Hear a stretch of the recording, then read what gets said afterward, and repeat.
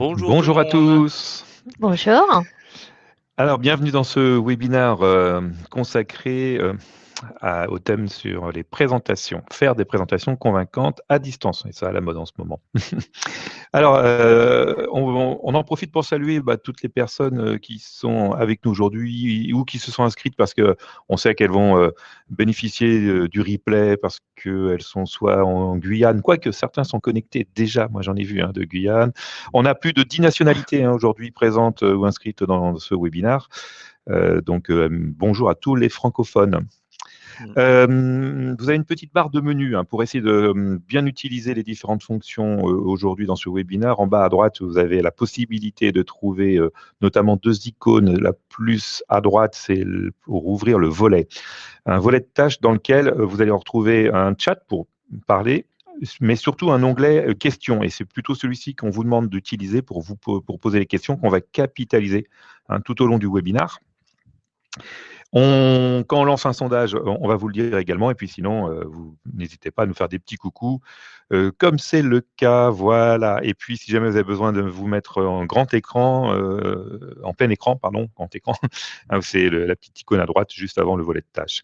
Alors, aujourd'hui, pour animer ce webinaire, toute l'équipe Signos s'est réunie. Alors, en haut à droite ou à gauche, selon comment ça se configure dans vos écrans, Carolina, vas-y, Franco, coucou, faites un coucou de la main, puis je vous allez vous présenter Bonjour à rapidement. tous. Voilà, et Patrick. Carolina, Il y je a te laisse Nourkan, faire et pardon. Nourkan qui est à Il y a Nourkan. distance. Voilà, alors vous connaissez pas Nourkan, mais vous allez voir, c'est une magnifique responsable marketing qui s'occupe de vous pour vous inscrire, répond à vos questions. Je la vois déjà en train de rougir à distance. Oui. Voilà. Elle a dit déjà qu'elle allait bombarder des ressources. Voilà. Voilà. Donc, Carolina, en Très quelques rapidement. mots, qui es-tu? Allez, très rapidement, Carolina, directrice pédagogique et cofondatrice des Signos avec Patrick et Franco. Je suis, j'anime, je suis formatrice, coach, consultant en entreprise et spécialisée bien évidemment dans les outils visuels. Ah, il y a des petits, on voit des animations. Il y en a qui ont déjà compris qu'il y avait des petits smileys à disposition. Franco, qui es-tu? Du coup, moi, Franco, je suis responsable web marketing chez Signos. Je suis plutôt spécialiste dans tout ce qui va être les outils numériques et digitaux, du management visuel, et dont forcément certains on verra aujourd'hui. Très bien. Et Patrick, cofondateur de Signos avec les deux acolytes qui viennent de se présenter, formateur, coach, consultant également comme Franco et Carolina.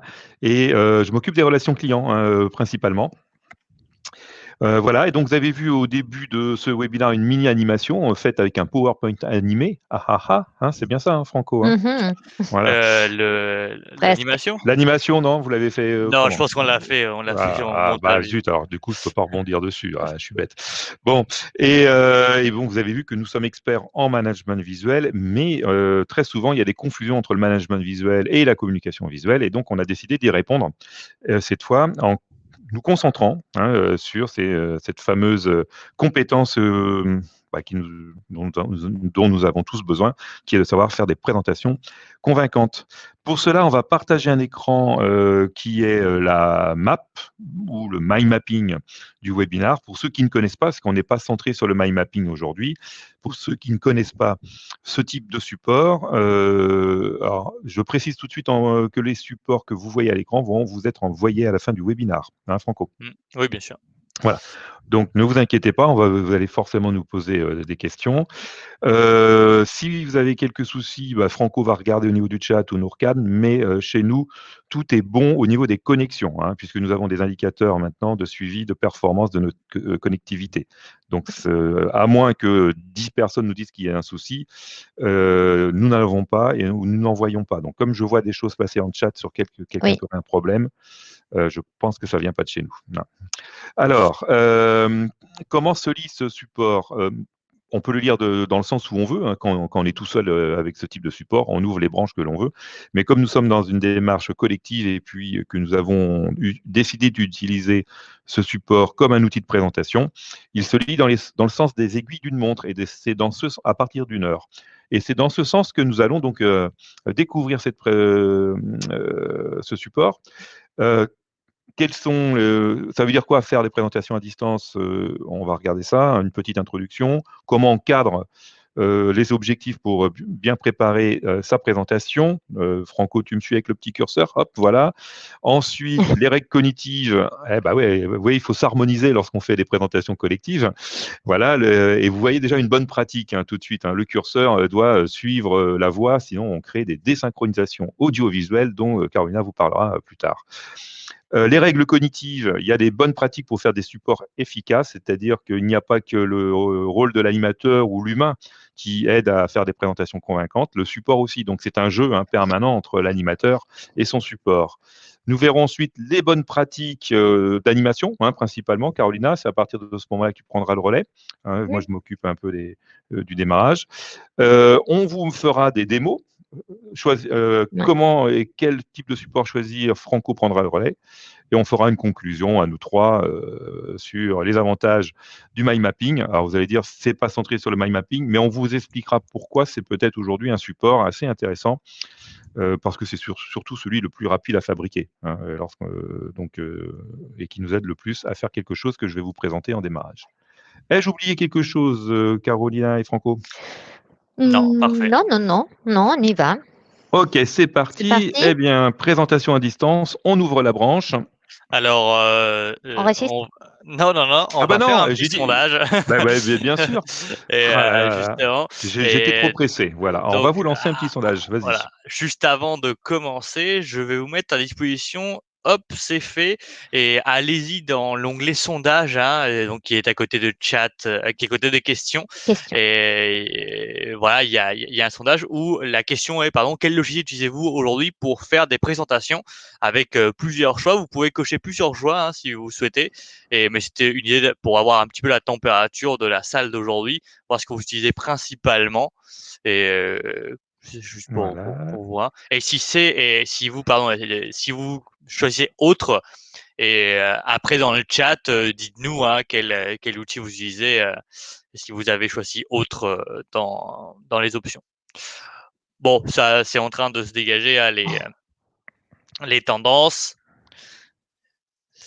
Donc les diaporamas. Voilà, alors si vous avez des commentaires à faire dans le chat, on va les regarder également.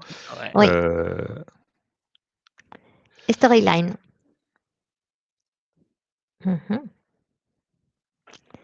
Très bien. Bon, je pense qu'on est arrivé à une stabilité.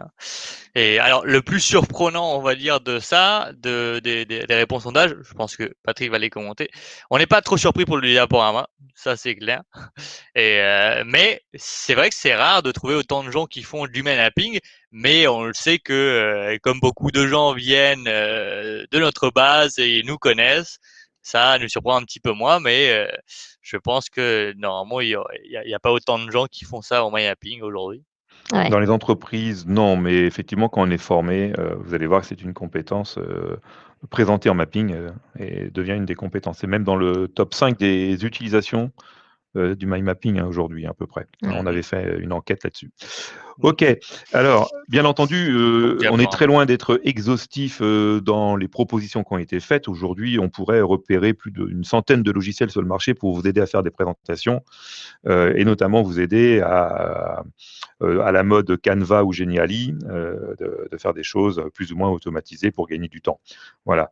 On n'a pas trop insisté non plus sur des outils dits pédagogiques pour faire des scénarios de présentation à valeur d'enseignement ou de formation, car là-dessus, il y a une quantité aussi de choses et on n'a pas mis non plus en avant tous les outils qui vont vous aider carrément à faire des mini-films qui pourraient tout à fait faire partie des choses, mais ça devient plutôt des supports qu'on met à disposition utilisables.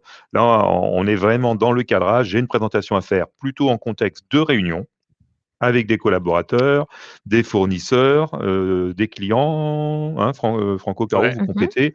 Voilà, on est là-dedans. Et où effectivement, il va y avoir une place, il y aura un jeu, une interaction prépondérante entre l'animateur et son support. Donc, on n'est pas ici en train de dire comment on fait des supports de présentation autonomes efficaces. On est véritablement dans cet art de faire des présentations humaines avec de la parole et comment nous utilisons le support visuel.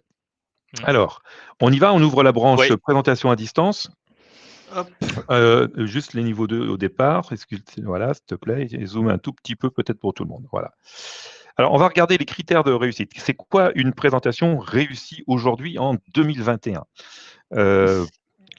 Parce que, bon, pourquoi je dis 2021 ? Parce que faire des présentations où on est juste là pour informer, sans avoir l'ambition des 3 critères qui sont à l'écran, c'est-à-dire de faire en sorte que nos collègues ou récepteurs d'informations ou auditeurs ne comprennent pas, ne mémorisent pas et n'adhèrent pas, pour nous, ce sont des présentations qui sont ratées.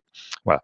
Donc ça, une présentation réussie, d'ailleurs, dans nos formations, hein, Caro, on le met, quand on leur donne une grille d'évaluation aux gens, on leur demande en quoi la présentation a aidé à comprendre, mémoriser et en quoi vous adhérez.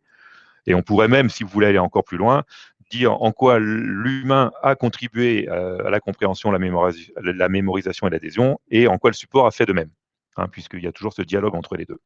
Voilà, si vous n'avez pas ça, eh bien, la présentation n'est pas réussie. Et nous, on va vous donner dans tout le reste du webinaire les règles pour essayer d'atteindre cette ambition de ces 3 critères. La spécificité du distanciel aujourd'hui. Alors, c'est plus évident de jouer sur le même charisme. C'est-à-dire que vous êtes une petite vignette dans un écran, surtout si vous partagez votre écran.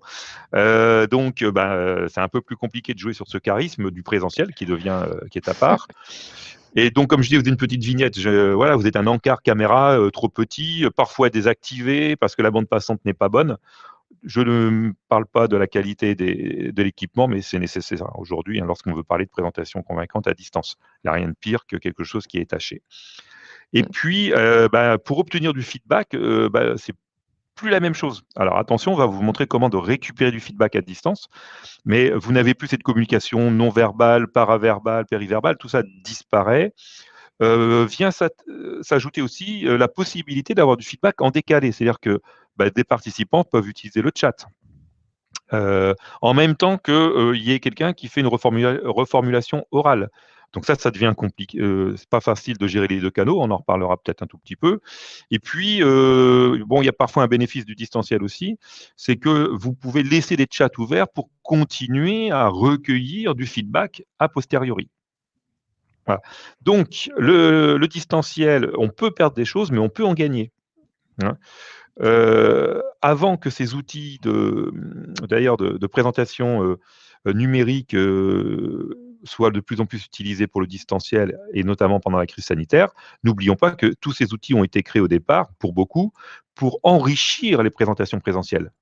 Vous voyez, pour déjà dynamiser dynamiser la réunion, engager la participation, l'application des participants déjà dans le présentiel.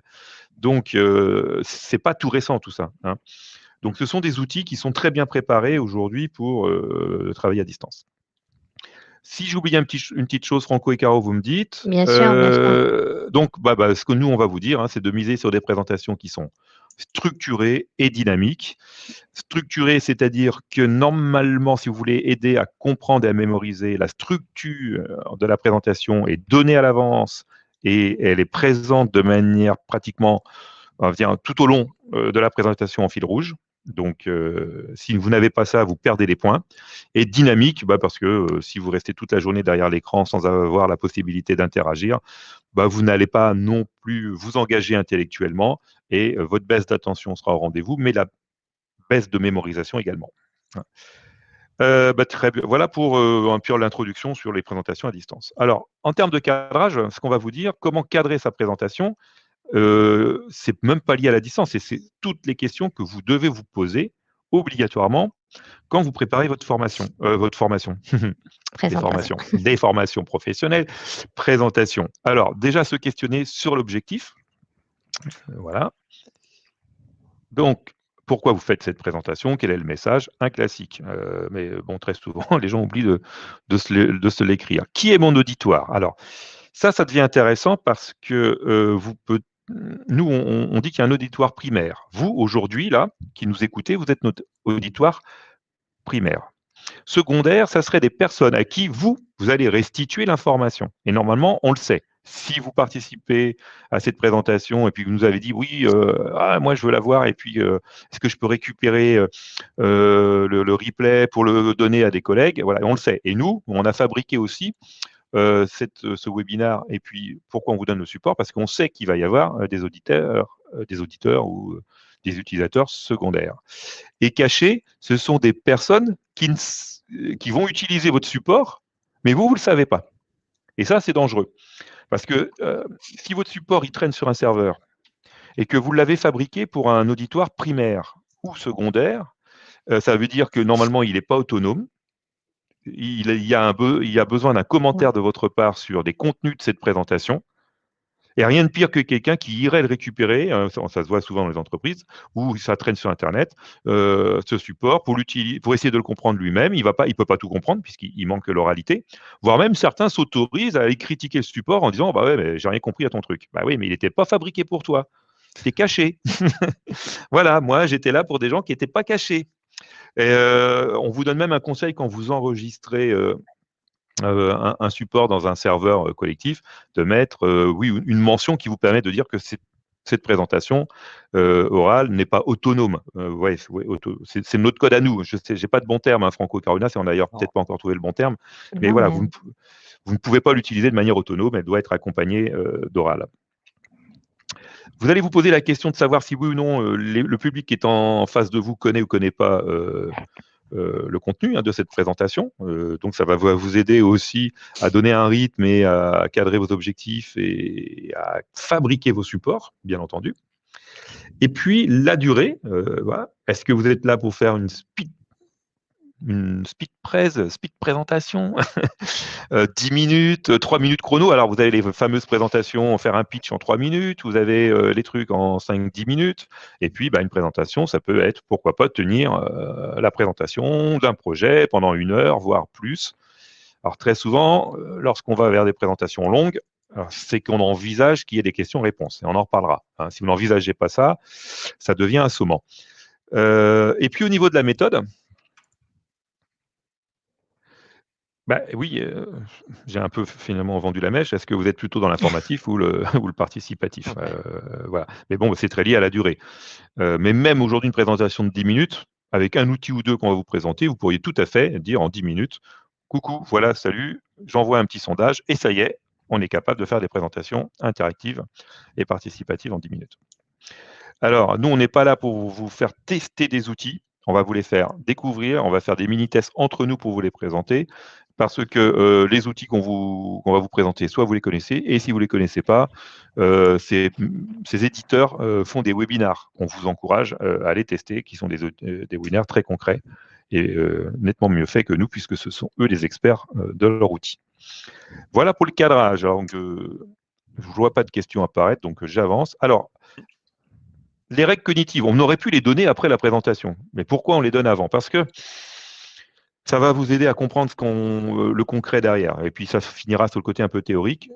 Que vous soyez dans des diaporamas, que vous soyez dans des présis, dans du mind mapping, les règles sont pratiquement toujours la même chose. La fameuse loi de Miller, c'est comme ça que nous on l'appelle. C'est un psychologue qui, dans les années 50, a dit que notre mémoire de travail ne pouvait stocker que 7 informations plus ou moins 2. Donc entre 5 et 9. Hein. On vous donne une liste de 50 mots, vous allez en retenir en moyenne entre 5 et 9. Bon, aujourd'hui, on sait très bien que c'est même plutôt 4, 5, 6 que 8, 9. Voilà, il y a des travaux qu'on complétés. Mais cette loi est très connue sur la loi 7 informations plus ou moins 2. Qu'est-ce que ça veut dire? Ça veut dire que dans une diapo elle-même, ou dans un mind mapping, ou dans une présentation globale, si vous mettez 50 slides, si dans une même slide, vous mettez 50 informations, ça ne passera pas. Hein. Vous oubliez, c'est pas pratique. La charge cognitive de Sweller, on vous a mis du texte à l'intérieur, donc on ne va pas vous embêter, vous allez le lire. Voilà. Qu'est-ce qu'il faut retenir? C'est que plus vous êtes dans des informations abstraites, plus effectivement c'est dur à stocker pour notre cerveau. Et donc lui il dit qu'on ne va pas trop la lire, peut-être la zone note, je ne sais pas si on arrive à la lire, mais il encourage à effectivement passer par le visuel pour rendre plus concret la pensée.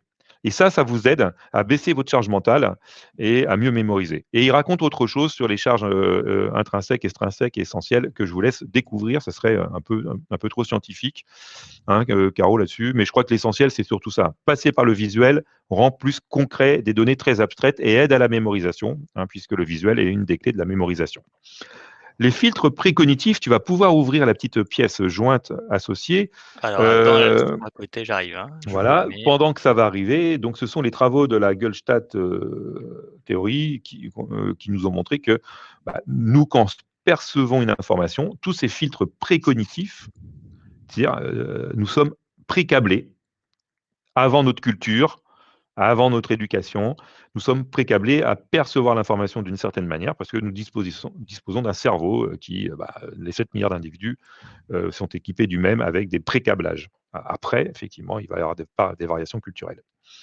Il faut en tenir compte, c'est-à-dire que plus les informations sont proches ou éloignées les unes des autres, eh bien, vous allez effectivement percevoir des ronds, des carrés ou pas les percevoir. L'image centrale, elle est très connue. Hein. Qu'est-ce que vous voyez ? Certains vont répondre un vase, d'autres vont répondre 2 visages, et puis d'autres vont voir les deux d'un seul coup. Voilà. Donc pensez à ça. Si vous connaissez pas, allez faire un petit tour de ce côté-là. Voilà. Ça vous aidera à fabriquer vos supports également. La loi Data Inc. On va lancer la petite animation. Alors, c'est la loi de Tufte, un chercheur, et lui, il encourage effectivement à réfléchir à l'ensemble des informations qu'il faut mettre ou pas mettre. Et là, vous voyez que normalement, plus on enlève les informations et les simplifie, plus vous allez avoir un graphique qui sera facilement assimilable par votre cerveau. Voilà, je laisse, et voilà. Et là, on arrive vers des bonnes pratiques. Attention, c'est encore mieux, c'est encore mieux, c'est encore mieux. Et là, voilà, l'essentiel est à l'écran et toutes les informations non essentielles n'ont plus besoin de disparaître. Ça marche là-dessus? D'ailleurs, on en reparlera un tout petit peu plus loin, quand on a parlé d'un petit bouquin qui s'appelle « Faire des présentations zen ». Et on retrouve les conseils de Tufte dans ce livre. Patrick, parce qu'il y a une petite question. Donc, Oui. Si les règles cognitives existent également des illustrations visuelles des dessins. Donc là, je pense que Patrick, à partir de cette petite animation, il répond à Yvonne qui nous pose ces questions. Donc, plus l'image elle est simplifiée, plus elle est bien captée par notre cerveau. Donc, voilà, l'animation, il vous a montré très bien l'impact. Alors, je comprends la question autrement aussi, c'est-à-dire est-ce que le visuel fait partie des règles cognitives? C'est ça aussi? C'est-à-dire qu'est-ce qu'il faut mettre du visuel? J'en parlerai après. Hein, tu en parleras après. Ouais. Mais moi, je vais en aborder sur les 3 éléments qui fabriquent de la compréhension et de la mémorisation et de l'adhésion. Donc, la spatialisation de l'information, en haut, à gauche, à droite, tout ça a une importance. Le mind mapping, c'est de la structuration avec des branches et des sous-branches réparties dans l'espace. Donc, un des éléments visuels importants, c'est de travailler avec l'espace. La visualisation elle-même, qui pour nous signifie mettre des formes et des couleurs. Carolina insistera également. Donc, c'est une manière déjà de répondre, hein, puisque faire des supports visuels, ce n'est pas forcément des couleurs hein, et des formes. Hein, c'est forme, couleur, plus positionnement dans l'espace. Et des émotions, plus ce que vous allez fabriquer va générer de l'émotion chez l'autre, plus vous aurez des supports impactants. Ça veut dire, alors, donc, des émotions, vous pouvez les générer par la tristesse et la joie. Bon, moi, je vous conseille plutôt la joie dans le milieu professionnel.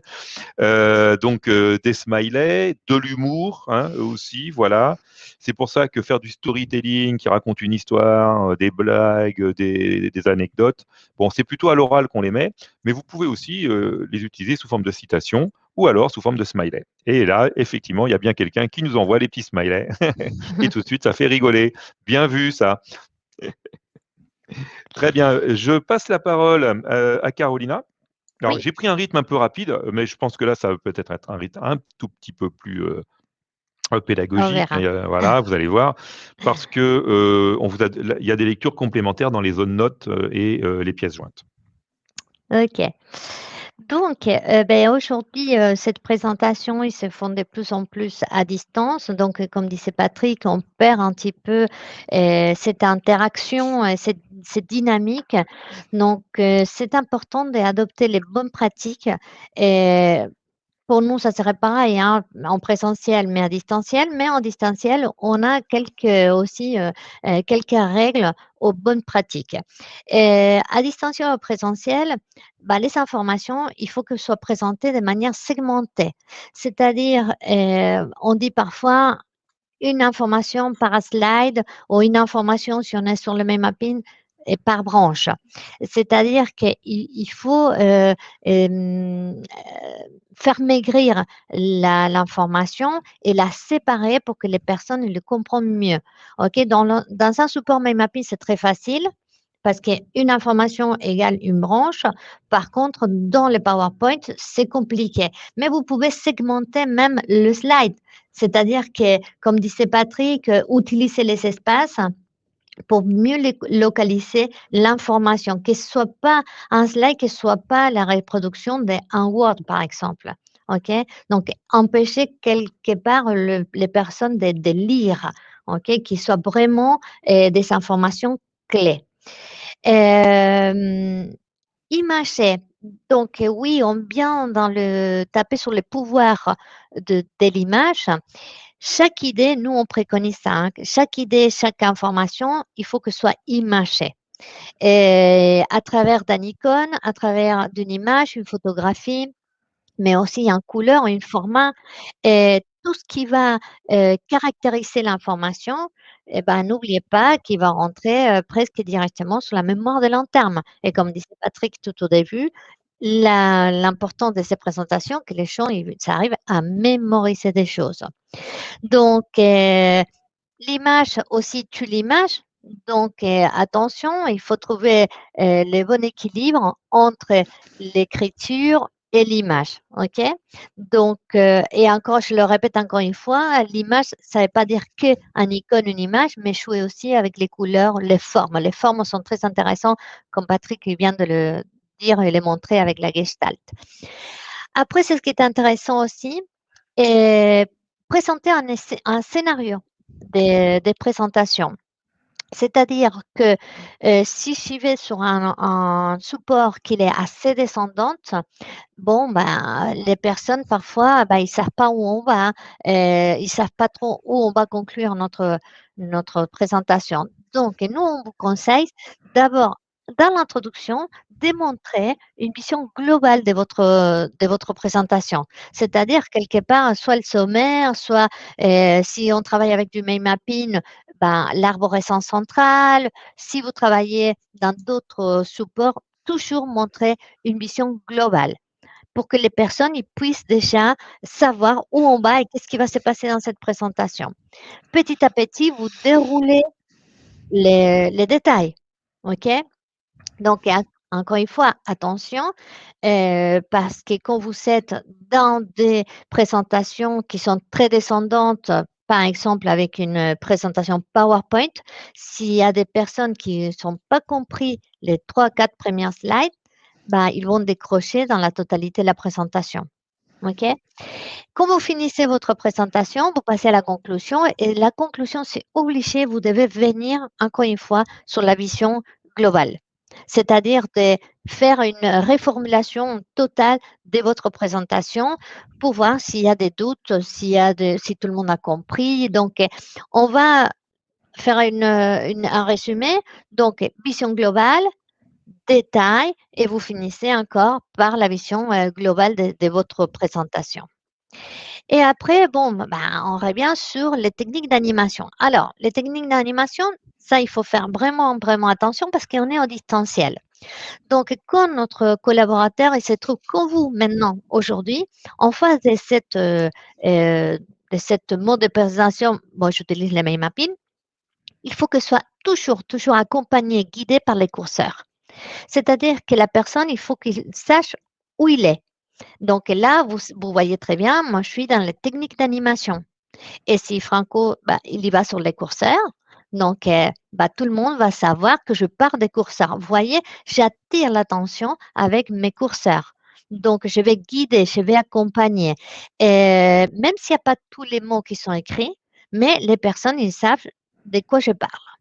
D'ailleurs, je peux rajouter une Oui, chose, Caro, à ça, c'est que, en fait, une vraie différence entre le distanciel et le présentiel, c'est qu'en présentiel, bah, on est nous face à des gens, donc il y a la gestuelle de l'humain, hein, oui, qui est visible, et parfois, on remarque qu'à distance, les gens reproduisent la gestuelle avec leur curseur. Ils font des choses comme ça.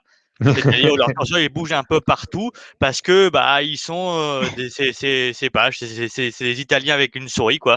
Ils bougent le curseur partout, apprenez à c'est vrai, lâcher votre souris. C'est-à-dire apprenez à cibler, et je lâche ma souris et je parle. Et sinon après, c'est très perturbant si on commence à bouger le curseur, la souris un peu partout. Pardon, tout à je t'ai fait. coupé. Bah, je complète, c'est très facile de décrocher à distance. Le Oui, curseur, c'est votre point d'accroche et Ouais. c'est pas évident de bien mettre son curseur dans une diapo ou dans Plaisy ou autre, hein. Donc on doit toujours être bien focalisé. Donc pensez à ça, c'est aussi une manière de bien resituer où on est dans un environnement tout global, à là on fait. le voit, et de raccrocher les personnes qui auraient, fait autre chose parce que, bah, je sais pas, voilà, il y a le chien ou le chat qui vient de passer, sous le canapé et puis que l'autre est installé, puis il y a l'enfant qui crie derrière. Voilà. Donc bon, voilà. Donc cette guidage, on va dire visuel, c'est très très important. Et là, on y va sur de créer ces moments des questions-réponses. Alors que moi, je l'appellerais surtout de pouvoir rattraper tout le monde à un moment donné. Comme disait Franco, quand on est en présentiel, on voit, il lève la main, il nous pose la question. Les présentations parfois sont plus spontanées. Quand on est à distanciel, comme parfois on ne les voit pas, hein, les personnes, parce qu'ils ne sont pas avec la caméra, par exemple, quelque chose que nous, on conseille énormément, que même si vous êtes en présentation, que tout le monde soit avec la caméra, parce que vous pouvez au moins voir quelque chose. Oui. Donc, il faut éduquer quelque part, quand vous êtes en présentation, que la personne puisse utiliser, par exemple, les chats, les questions, les sondages. Vous voyez, aujourd'hui, on a lancé un sondage. Là, vous avez des questions que vous pouvez nous poser de manière personnelle. Vous avez un chat qui est collaboratif, qui va se nourrir petit à petit. Donc, utilisez tous ces moments et tous ces outils, tous ces accessoires de la vidéo, de la présentation pour pouvoir créer une interaction avec vos interlocuteurs, avec votre collaborateur. Donc, en distanciel, quand on parle déjà des présentations, on s'attend à une certaine passivité de notre collaborateur. Bah, si vous voulez vraiment que votre collaborateur il comprenne bien le message que vous voulez passer, il faut le faire participer. Mmh. Il faut qu'il pose des questions. Il faut que vous allez, que vous-même, vous posez des questions, que vous voulez faire, par exemple, des sondages pour voir un petit peu leur avis. OK? Donc, c'est la On va manière. montrer tout à l'heure, Oui, Caro, Oui. juste parce que je vois le temps qui oui. tourne. On va le montrer tout à l'heure avec Bicast. Voilà. Tout à fait.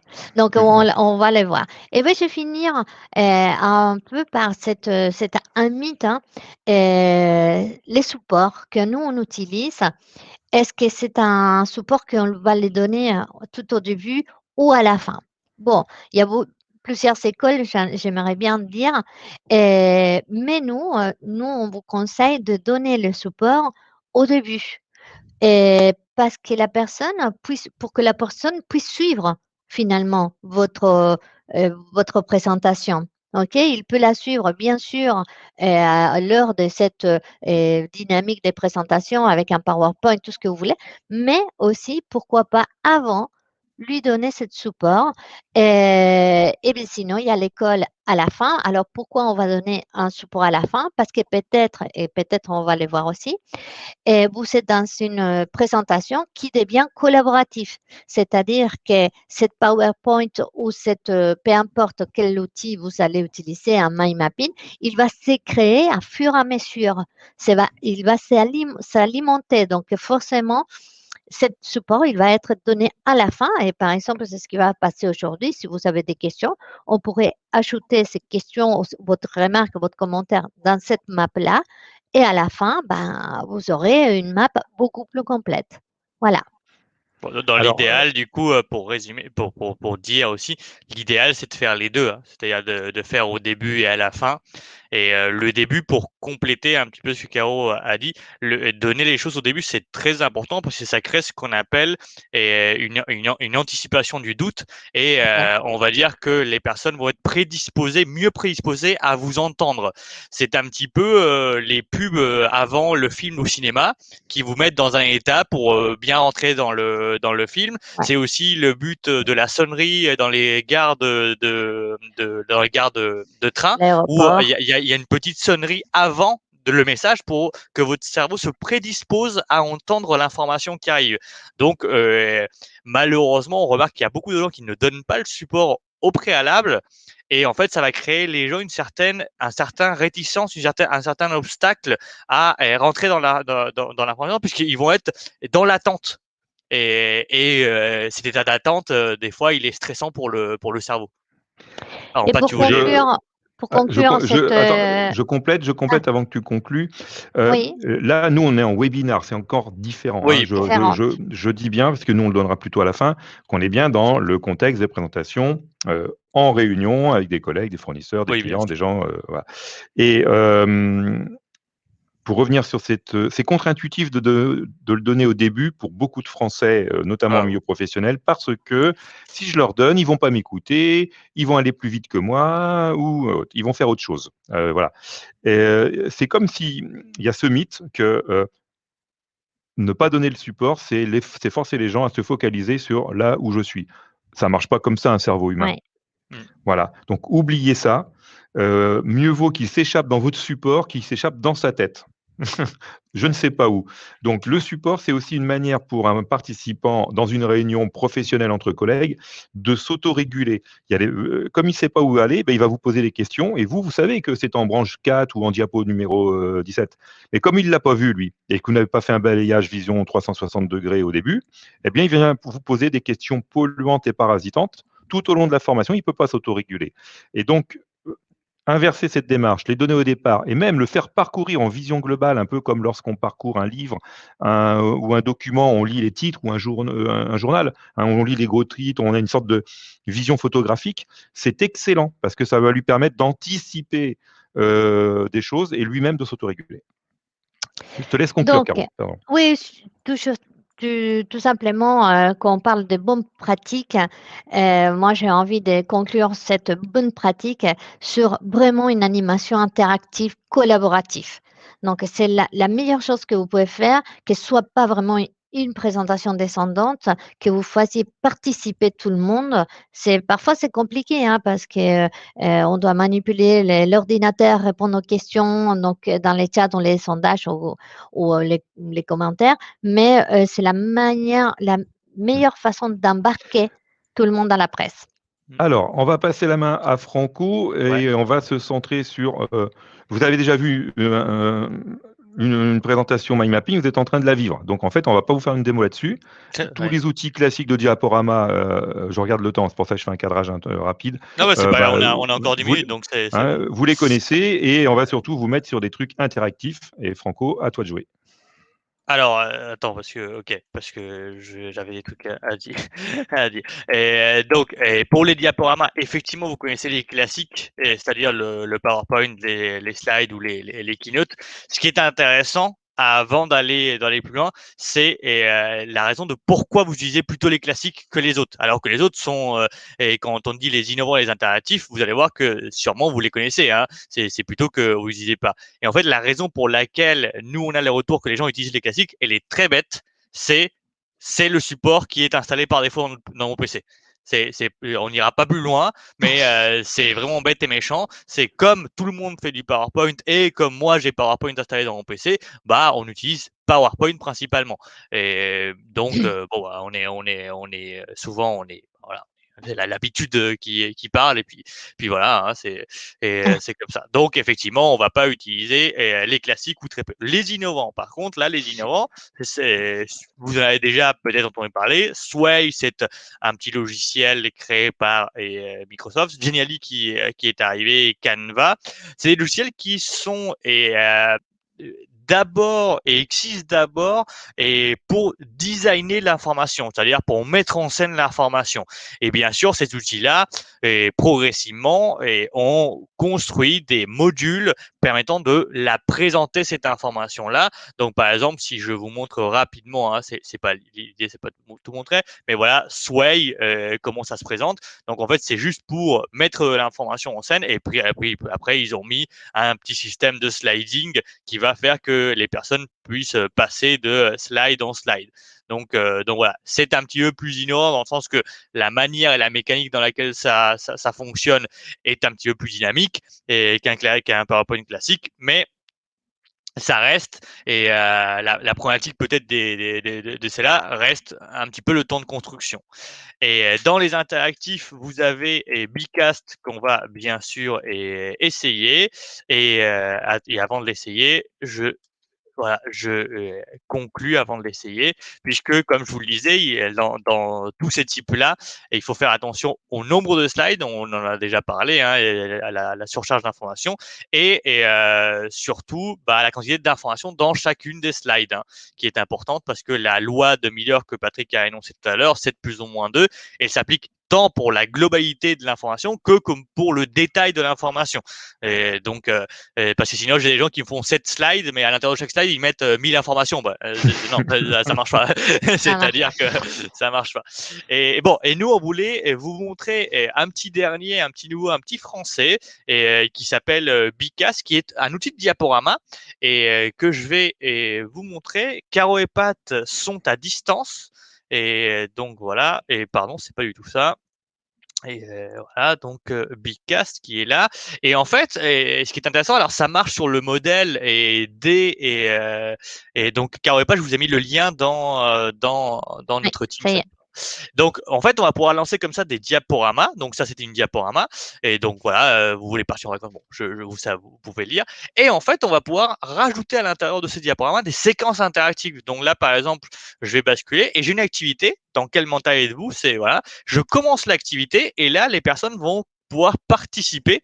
Donc, je sais pas si et voilà. Donc, vous voyez que en temps réel, les personnes peuvent peuvent participer. Ça va créer des nuages de mots et donc c'est hyper puissant, hein, pour faire des petites réunions et pour donner le côté dynamique. Et en fait, et de plus en plus aujourd'hui, comme on disait tout à l'heure, je me rappelle plus, désolé si c'était des Caro pas qui le disait, mais dans tous les cas, que l'interactivité, la participation était essentielle et à la compréhension, à la mémorisation et des choses que vous allez transmettre. Et bah aujourd'hui, avoir des outils quand même dans lesquels on puisse intégrer les gens et les faire participer reste une des choses les plus puissantes. Et donc, Bicas permet de le faire facilement et avec plein d'activités. Donc là, par exemple, bon, là voilà, vous êtes sur un nuage de mots. Je vais terminer l'activité pour vous montrer une petite deuxième. Et donc voilà, donc je combine. Donc là, je parle des outils visuels. Alors ça, je pense que Caro et Pat connaissent, donc ça va, je vais pas. Voilà, on parle des Alors, différentes juste un pensées. tout petit peu plus lentement, parce que Ah comme bah, ça, oui. ça vous permet de voir tous les outils visuels que nous connaissons. Mais Ah voilà, Ah, ouais, vas-y, Donc la là, pensée tranquillement, arborescente et un petit coup de teasing, la la pensée pensée en voilà, réseau, voilà, ouais. et la pensée spatiale. Bon, donc tout ça, faut mettre dans la tête, dans l'idée que c'est une présentation dans laquelle une personne parle et débriefe de chacune des slides. Là, on le fait rapidement pour vous donner, voilà, pour vous montrer ça rapidement. Mais justement, ce qui est intéressant, c'est qu'une fois qu'on a fait une séquence de présentation dans laquelle qui est un peu, disons, descendante, hein, et informative, bah on peut conclure, voilà, avec une petite activité. Et donc voilà, je lance une activité. Donc ça, c'est du questionnement. Et donc les participants vont recevoir des questions et nous, on va voir les progressions. Donc, quel outil cognitif se base sur la pensée arborescente, quel outil cognitif se base sur la pensée en réseau. Et donc, on va voir, voilà, on va voir les choses qui avancent au fur et à mesure. Et une fois que les gens ont terminé, on peut terminer l'activité et on peut montrer le petit podium. Ouais, j'ai gagné. Voilà, donc là, bon, Patrick a été un peu plus rapide. Et donc voilà, araignée savante, ça doit être Caro. et, euh, et donc voilà, donc donc cet outil-là lit du PowerPoint, lit des slides à de l'interactivité et c'est hyper puissant. Et du Et, ludique, je et rajoute. du ludique, Là, voilà, il ouais. me vient à l'esprit, mais c'est vachement important. On rigole. C'est la fameuse gamification, hein, C'est aussi. ça. Et donc aujourd'hui, effectivement, les classiques continuent à être utilisés, mais on voit très bien les failles et les manques au niveau des pourcentages à distance. Les innovants, c'est intéressant, mais c'est un petit peu difficile à créer, on va dire. Et les interactifs comme Bicas, ça combine un petit peu les deux. Donc, et je vous avoue qu'il y a quand même un petit temps de création, hein, ça s'est pas créé en un jour et on crée pas en un jour. Mais par contre, il est vraiment très intuitif, hein. C'est quelque chose qui a été Ouah. très très ergonomique et, et voilà. Et qui ne prépare plus ses réunions, ses présentations aujourd'hui en 2021? Mais non, Oui, enfin tout le monde prépare maintenant, non? normalement oui. Voilà. Donc voilà, donc ça c'est pour les diaporamas, on vous laissera aller voir. Alors il y a des liens quand on a mis les icônes, c'est des liens qui vous envoient vers les différents sites internet si vous voulez Ouais. voir plus en détail. Et les innovants, Geniali, Canva, on s'excuse d'avance pour ceux qui ont des outils qu'on n'a pas mis parce que je crois qu'il y en a pratiquement une Ah centaine oui, oui, et qui oui. aujourd'hui essayent Ouais. de concurrencer Geniali, Canva et tout. Donc désolé, il y en a d'autres très bien, hein. Ouais, on a pris les deux, un peu les deux stars, hein, voilà. Mais, Voilà. Dans les présentations animées, vous avez aujourd'hui principalement du Prési. Alors Prési, c'est très intéressant, mais la problématique de Prési, si vous avez déjà utilisé, c'est que chez certaines personnes, ça va créer ce on appelle l'effet de mal de mer, parce que le Prési est une présentation qu'on va animer avec des mouvements de caméra. Toutes les personnes ne sont pas fans à 100% de ce type de présentation, mais surtout, pour créer un prési, il y a pas mal de temps de création, hein, donc il faut vraiment être dans une démarche et de création à long terme puisque et voilà il faut le prendre le temps et c'est là où nous on bloque avec Précis, c'est que c'est pas assez pour nous et flexible dans la modification. C'est-à-dire quand on va modifier un prési, on va souvent devoir changer Ok. complètement les animations. Et donc là, ça crée des temporalités de création qui sont trop grandes pour nous.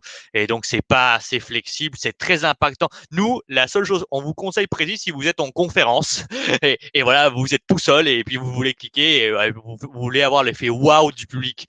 Mais sinon, en entreprise, on a vraiment du mal à l'utiliser. Bon, je vous ai mis un petit exemple que vous allez voir sur l'île de la Réunion que nous avons fait chez nous.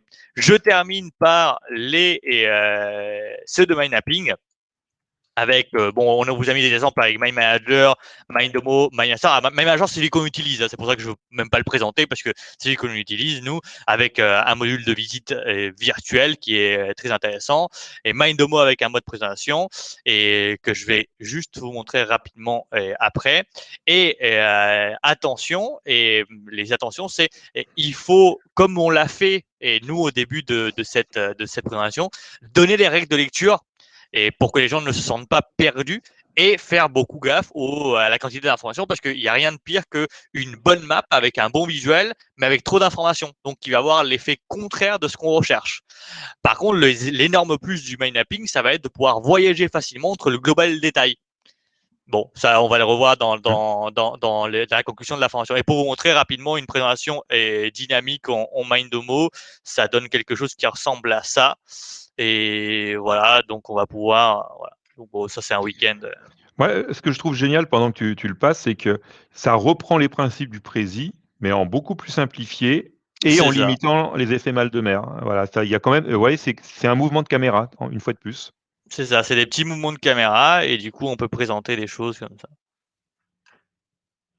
Bon, après, c'est une présentation personnelle, celle-ci. Donc, vous faites ce que vous voulez. Mais voilà, mais donc voilà. Donc, c'était une petite présentation. Ah, et j'ai bien mis tous les châteaux principaux. Bon, Ok. Eh bien, On va c'est l'heure de... C'est Oui, l'heure de vas-y, la Franco. conclusion. Non, c'est l'heure de la conclusion. Non, donc voilà, pour résumer, vous avez ces trois types, le diaporama, la présentation animée, le mapping. Et l'idée, en fait, parce que ça, c'est une question qui va peut-être arriver, mais quel est l'idéal? Quel est le meilleur pour présenter? Et la réponse va pas vous plaire chez nous, parce que la réponse va être bah, ça dépend de ce que Patrick a dit dans le cadrage. Et donc, ça dépend de l'objectif, ça dépend de la cible, et ça dépend de ce que vous voulez faire. Alors, nous, on a une petite préférence pour le mapping pour les raisons qu'on va citer et tout de suite. Hmm. Voilà. Alors, On est toujours Ouais. dans un contexte de réunion en entreprise, hein. C'est ça. N'oubliez pas que on n'est pas dans un contexte dit pédagogique. Oui, oui, Et puis, une autre forme de réponse franco, c'est qu'on peut combiner du mapping avec du diaporama bien ou sûr. du bicast. Donc, faut penser à ça aussi. Alors, c'est ce que j'avais, pardon, c'est ce que j'allais dire, mais vas-y, comme on était sur les avantages, j'allais conclure sur ça, mais vas-y, Ah t'as fait non, ma non, conclusion là. Non, mais ben c'est très voilà. bien. Allez, j'ai fait le C'était, teasing. Alors, on y va. Vas-y, Caro. T'allais faire le petit Oui, timing là. oui, Vas-y. les avantages, forcément, pour nous, le main mapping, c'est un temps très réduit pour concevoir les présentations. Euh, les main mapping, on peut les modifier très facilement. Donc, comme disait Franco, après, les autres outils sont c'est prendre. liés à, La modification, c'est prise de Ouais, notes en c'est live. après. modifier. Oui, c'est pour ça que. Ah, mais tu Comment? peux l'ouvrir. Non, non, Et comme je voilà, sais pas et dans ça, c'est l'ordre. l'avantage du mapping. Et justement, vous voyez, c'est que elle a Hop. anticipé sur une branche qui est plus loin et on peut Oui. recomposer et ouvrir et tout. Donc, passer de global au détail, donc ça c'est très intéressant et je pense que pour moi c'est la plus-value quand même du main mapping, qu'à tout moment on peut revenir, se centrer sur les structures principales et naviguer dans les détails, rentrer dans les méandres des branches, mais tout de suite pouvoir les fermer pour focaliser notre public. Pour moi c'est ça qui est le plus intéressant, donc cette navigation. Et donc, je reviens sur les modifications. Il y a quelque chose de très intéressant que c'est la prise des notes en live. Et s'il y a des questions, je peux répondre carrément dans la branche, écrire. Et quand vous êtes en PowerPoint ou quand vous devez passer, déjà sortir du mode présentation, pour pouvoir passer en mode modification. Donc, il y a une perte de temps. Et là, vous voyez, Franco, il est en train de modifier en live, c'est-à-dire intégrer les idées de tout le monde dans ma carte. Et comme je disais tout à l'heure, ben, cet support, finalement, ça devient votre support et pas les miens. Hein, c'est ça parfois, et quand on dit on veut embarquer tout le monde, oui, on embarque tout le monde, mais toi, tu nous donnes toujours ta présentation à toi. Non, là, ça devient notre présentation et c'est ça qui est le plus intéressant. Et je Oui, complète, si par exemple cette information, parce que c'est un grand classique des présentations pour de la revue de projet, et on prend des notes pour poser les questions et qui va faire quoi après, et puis bah, chacun fait comme il peut, bah là, on va ouvrir directement, on va passer du mode présentation au mode gestion de projet, toujours oui, dans la... Hein, on va dire qui fait quoi, pour quelle date, on va oui, mettre un petit camembert pour signifier que c'est une tâche, et hop, et voilà, une tout à fait. information dans un support de présentation devient une tâche et on peut même, selon les options des logiciels, l'envoyer ça dans Outlook ou le calendrier et tout. Tout à fait. Donc, Voilà, en donc live, ouais, on voilà, fait tous hein. les modifs, on ajoute des informations et là, les personnes, vous pouvez transformer cette présentation que vous avez préparée pour présenter une information, bah, les gens, ils vont partir avec une feuille de route, par exemple, ou un plan d'action. OK? Et Oui. je complète aussi, je mets une pièce jointe, je peux mettre en lien hypertexte ou une pièce jointe, un diaporama pour aller montrer des photos, des images, des plans qui ne passeraient pas de manière superbement bien dans le mapping. Ou pourquoi pas intégrer des images qui se mettent en grand. Enfin, à vous de jouer là-dessus. Vous pouvez tout à fait combiner les différents supports. Nous, on se sert du mapping comme un outil de pilotage et de tableau de bord pour appeler un Mhm. film, une diapo ou un précis si besoin en complément. Oui. Oui. C'est ça. Et dernière chose, tu peux mettre un petit peu plus grand, Franco? Ouais, Que les attends. personnes y voient bien aussi, parce que déjà moi j'ai du mal à voir, donc j'imagine aussi que voilà. Donc rapidité, pour retrouver les informations, bon, il y a 2 choses. C'est ce qu'il venait de dire, et Patrick, et à travers, la map, on peut faire appel à d'autres choses, à d'autres informations. Et pour moi, la plus-value aussi de cette mind mapping, c'est, à part de trouver très rapidement les informations, parce qu'une fois que vous ouvrez la carte, vous pouvez voir et vous ne devez pas slider ou faire descendre l'ascenseur, remonter pour chercher l'information. C'est un bon repérage aussi pour notre interlocuteur, parce que si vous avez la carte qui est ouverte et que vous n'avez pas capté une information qu'on a dit auparavant, de façon autonome, vous pouvez revenir à cette information. Quand vous êtes dans PowerPoint, si vous avez loupé l'information des 3-4 slides précédents, c'est mort. Vous ne pouvez pas comprendre ce qui va se passer après. Donc, bien évidemment, les mind mapping, ils vous proposent une lecture heuristique, c'est-à-dire que oui, là maintenant, vous êtes avec moi, avec cette curseur bleue, la rapidité de retrouver l'information, mais il y a d'autres personnes peut-être qui sont déjà compris ça et qui peuvent aller voir un petit peu plus loin ou à l'inverse, comme je disais tout à l'heure, revenir sur la branche précédente pour mieux comprendre la suivante. Et ça, à un niveau cognitif, malheureusement, dans des outils séquentiels comme PowerPoint et même comme Précis, on les perd un peu, donc on a un risque de décrochage définitif parfois de nos collaborateurs. Donc, Bah, c'est l'heure de Voilà. questions. Ouais, c'est Voilà. l'heure des Alors moi, j'ai questions. pas accès aux des questions. questions. J'ai dû me planter dans ma connexion, donc je suis pas Il y a modérateur. alors, Alors il y a des attends, questions juste par rapport au mind mapping, les outils. oui, pour terminer sur ça, comme, la conclusion finale, hein, de tout ça avant de passer aux questions, c'est ce que Patrick avait anticipé, c'est que l'idéal pour faire des présentations est parfois la combinaison de certains outils et comme nous on le fait, hein, c'est-à-dire nous on combine beaucoup du mind mapping pour avoir l'effet fil rouge, le contexte, la présentation en soi et parfois certains outils interactifs comme Bicast pour dire OK, là on va faire une session de questions, là on va faire une session de telle chose, où on a juste des slides à montrer parce que là c'est plus pratique pour montrer 2-3 images. Oui, Donc on a souvent cette combinaison qui est faite. Hein. Et c'est ça qui va faire les présentations convaincantes. Quand on dit convaincantes à distance, c'est ça. C'est de donner une diversité pour que la personne puisse accrocher aux différents types de supports. Sinon, elle va tomber dans la monotonie. Et quand vous êtes dans la monotonie, bah, vous allez avoir des gens qui sont dans leur siège, coincés, en attendant que ça termine. Et donc, il faut donner ce côté dynamique. Il y en a même qui Donc voilà. participent à des réunions avec leur smartphone. Eh bien, Ah grâce oui. à avec ouais, Bicast, on est sûr, ils peuvent répondre. Leur smartphone devient le terminal pour répondre aux sondages. oui, Donc C'est en ça. fait, ouais, voilà, on voit des pratiques parfois bizarres. Ben, même ça aujourd'hui, on peut en tirer parti. ouais, C'est ça. ouais. On laisse place. Bon, on laisse place du coup aux questions. On va y répondre au fur et à mesure. Et donc, si vous voulez commencer par y répondre, je sais pas. Ah, Moi, je Patrick, tu m'as vois dit pas que les questions. tu les as pas. Non, je les vois pas. Désolé. D'accord. Donc, la question de Jean-Michel a été répondue, mais Oui. selon vous, comment, pardon, j'apprends Jean-Michel, hein, donc selon vous, pour commencer, quel est l'outil MyMapping qui présente le mieux rapport qualité-prix? Et on aura, nous, si, alors on a fait un article dessus hein, que Nourkan a partagé Ouais. Ouais, voilà. avec tout ça, et juste parce que j'ai vu aussi que quelqu'un disait que c'était trop cher. Alors ça dépend de quel logiciel on parle. Hein. C'est My Manager aujourd'hui, il coûte 200 € par an, mais sinon Mindomo que je vous ai présenté tout à l'heure, il coûte 50 à 40 € par an. Donc, alors, le curseur Euh, de cher, pas oui. cher, ça Oui. dépend comment on le met, Moi, mais aujourd'hui, My Manager, quand on prend My Manager, et là, on vous montre que le module de présentation, mais My Manager va au-delà quand on prend toutes les fonctionnalités et le prix. Alors oui, Laurent, c'est 202,80 € par an. TTC, mais pas, mais TTC. en hors taxe, vous êtes en dessous.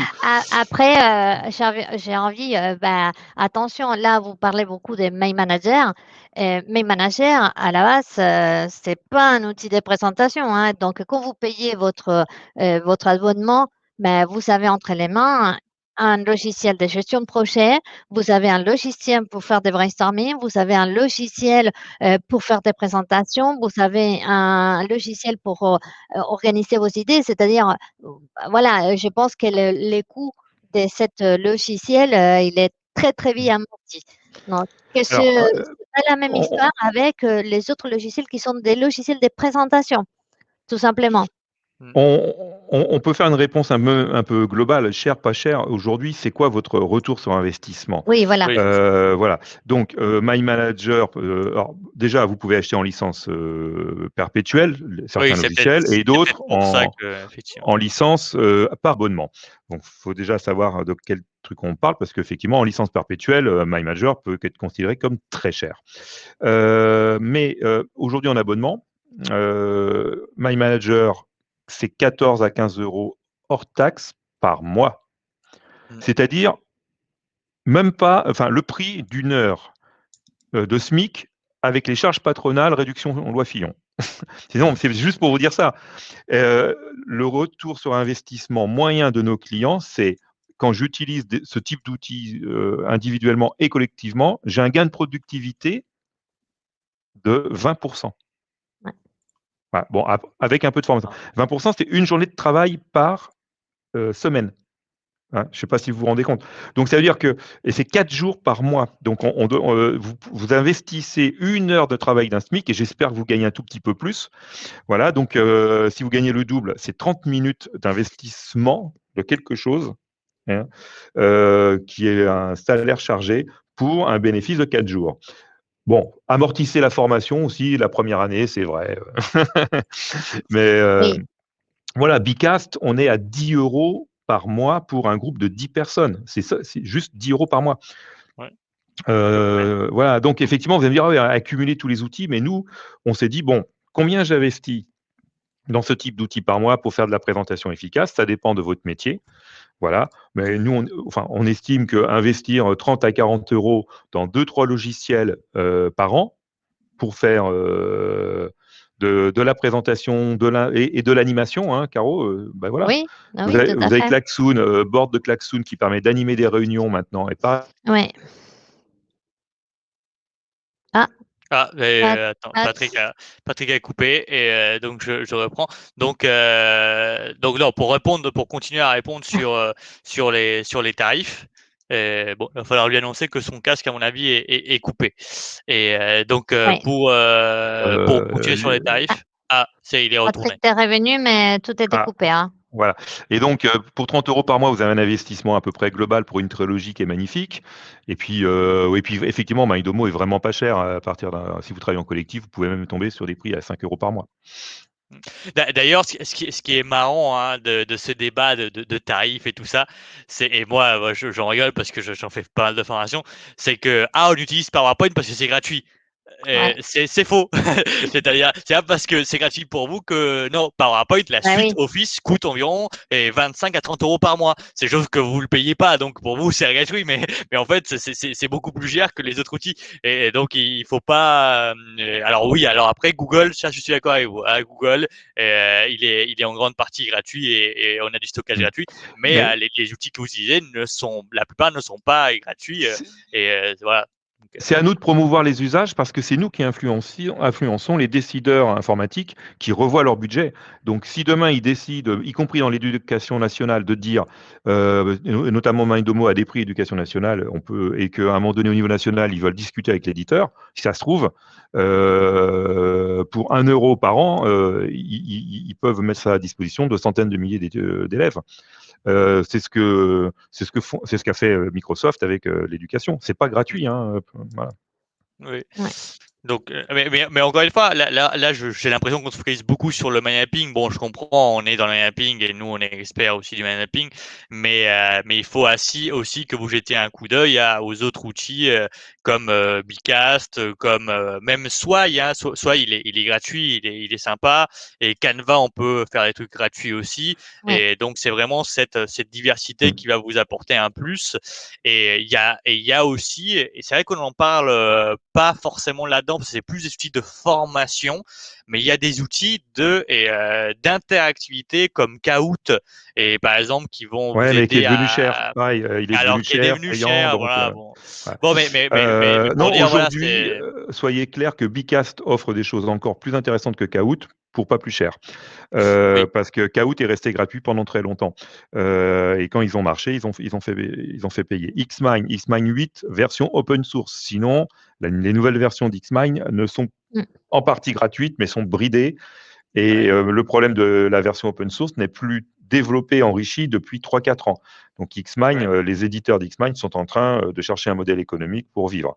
Donc ça, c'est la mauvaise nouvelle. Ouais, ça Maintenant, c'est une on très va mauvaise rester nouvelle. avec un logiciel qui, comme FreeMind et FreePlane, n'a pas évolué depuis Oui. des années. Et tout va passer par les versions payantes à terme. Oui, Voilà. malheureusement, oui. En gratuit, vous avez GitHub pour le mapping. Allez-y parce qu'ils ont décidé et annoncé qu'il resterait une version toujours gratuite. Donc Ouais. à Bah, suivre. Xmine, hein, Xmine, il y a des Voilà. personnes qui l'utilisent, ça reste quand même un bon logiciel, hein, et Oui, pour oui. faire des présentations, c'est assez optimal. Concurrent aussi alors pas de Bicast mais de Kahoot, c'est AA Slide. AH, je vais le mettre. Ouais, mais Voilà. Oui. Est-ce que tu Je l'ai mis ici. peux Voilà. mettez-le directement sur On va le mettre la dans la map. carte, dans la On va le map, mettre dans hein, la map à la parce fin. On va que comme l'envoyer. ça, vous pouvez tout récupérer. et c'est quoi comme logiciel, Pat, pardon? C'est un logiciel de Euh, diaporama ou de... c'est un logiciel mode Bicast, Des slides. mais de slide qui concurrençait un peu Kahoot aussi. Voilà. AA Slide. Je le mets, Et, hein, comme ça vous l'avez, hein. voilà, je mets carrément le On va lien. mettre le lien. Voilà. Ça fait longtemps que je l'avais oublié, mais je trouve que Bicast est devenu très bon avec sa proposition à 10 € par mois. Hop, je mets le lien, comme ça réglé et vous l'avez. Tac, tac, pardon. Et alors du coup, je connais pas le logiciel qui est cité, pardon, et le sujet qui a été cité par bah, je me rappelle plus. Et oui, par Lequel? Jean-Michel et Anki? Anki. Anki, ah Je non, mais Anki, Anki. c'est un logiciel de répétition classique qui sont utilisés par les applications d'apprentissage des langues. C'est très Des langues, ouais. complémentaire. Voilà, il y a même quelqu'un qui avait développé un plugin ou un add-on entre Xmine et Anki à une époque, mais je parle de ça il y a quelques années déjà. Donc je sais pas si le truc marche toujours. mmh. Ouais. Donc Bon, vous inquiétez pas, tout ce que vous venez tout est noté dans la carte que vous voilà, recevrez, à Ouais. la fin, hein. À part le slide qui n'y était pas, Franco vient de le Ça y est, je rajouter. viens de le on va les mettre, Voilà. hein, remettre. donc Hein, tous les autres logiciels, si on n'a pas mis Xmine aujourd'hui, c'est que c'est pas un outil de présentation de mapping. Hein, voilà. On peut faire des présentations à la main Ouais, manuelles, il n'y a aucun problème, ça vous pouvez le faire. Mais si vous voulez un outil un peu dynamique de présentation, ne comptez pas sur les Xmine ou d'autres logiciels. Les trois qu'on vous a mis sont ceux qui disposent d'un vrai module de présentation. des présentations virtuelles. c'est Voilà. ça, oui. Après, Mais c'est à vous de sinon, construire les scénarios, hein. sinon, on clique sur les branches et on ferme à la main. Hein. Mais Bah bon, voilà. ça fait pas comme on vient de le faire ici finalement. Hein. Ah oui, Vous voyez, et ça Oui, marche très bien. non, D'autres ça questions, marche. Franco et Caro, que vous voyez ou pas? Non, non, non, non, c'était vous. il y a pas, c'est juste pour vous rassurer, encore une fois, tout ce qu'on est en train de parler, parce que ça va un peu vite, vous l'avez constaté, on va le mettre dans cette carte-là, qu'on va vous l'envoyer. On va vous l'envoyer dans un format HTML, donc pas besoin d'avoir le logiciel pour ouvrir cette carte-là, et vous pouvez rentrer dans les informations complémentaires comme les liens et la zone de notes. Voilà. OK, et une fois que Euh, alors, les applications, destinées à la présentation sont-elles séparées d'autres? Non, non, non, non, tout non, est Tout est dans à la l'intérieur, carte, tout est à et c'est Jean-Michel, l'intérieur. tout est dans la carte. C'est les cette liens, voilà, carte-là, telle ouais, qu'on vous montre, cette carte-là sera accessible et cliquable. Bon, voilà. bah, et ça Et on me va permet de mettre. conclure sur quelque Attends, chose attends. rap Du coup, il y a une dernière question. Je te laisse conclure, Caro. On va vous remettre une branche avec les différents liens que Nourkan a envoyés vers oui. les ressources qu'on vous a mis suite à votre demande. Voilà. Donc on va faire une branche en plus. Nourkan, tu penses à faire ça? Donc non, j'ai juste, parce qu'il y avait la question, vous voyez, quand vous faites des présentations et qu'après il faut envoyer cette support, Le mail mapping, vous l'avez vu, on vient d'intégrer tous les liens et on ne va pas vous envoyer 3, 4 documents. C'est un seul document et vous avez tout dedans. Donc, et ça, c'est une grosse avantage des présentations avec du mail mapping. Donc, la seule recommandation toujours, c'est s'équiper d'un logiciel ou un support, peu importe, et travailler les visuels quand on est en distanciel, c'est très important. Et faire des animations complémentaires, comme des questionnaires, des sondages, des questions-réponses pour embarquer tout le monde et compléter votre carte à fur et à mesure ou votre support à fur et à mesure. Et comme ça, cette support des présentations, il est vraiment interactif. Il appartient aux personnes qui ont participé à cette présentation. Bon, voilà pour ma petite conclusion. Merci beaucoup. Je ne sais plus si le chat est que le chat est visible dans le replay? Oui. À l'époque, il n'y était Non, pas. non, il est pas. Alors, si, pardon, il est visible que pour les gens qui se sont inscrits on va dire qu'ils se sont inscrits au webinaire. Pour ceux qui verront le replay en dehors de ça, ils ne verront pas le chat. Donc, Merci pour cette réponse, Franco. Elle est claire et ça permet de répondre à une autre question. Oui, vous devez y aller et nous aussi. Oui, nous nous aussi. Ok, bon, merci beaucoup pour cette participation. Donc, on vous attend dans d'autres de notre webinaire pour creuser un petit peu plus sur les visuels, sur les présentations, sur le mail mapping, sur la gestion de projet. Oups, il y a beaucoup de thématiques. Merci à vous. À venir, oui. Voilà. Et tu as déjà envoyé la carte dans le chat, hein, Franco? Oui, j'ai mis le petit lien, comme ça vous l'avez déjà. Donc, pour ceux qui veulent le voir tout de suite. Et voilà, vous l'avez déjà. Je viens de mettre vous cliquez sur le lien que je viens de mettre et puis. Trop fort. De toute façon, on vous le renvoie par mail. Il sera renvoyé par mail dans tous les cas. Ok. Et, merci à tout le monde. Bonne Merci. journée. À bientôt. Au revoir. Très bientôt.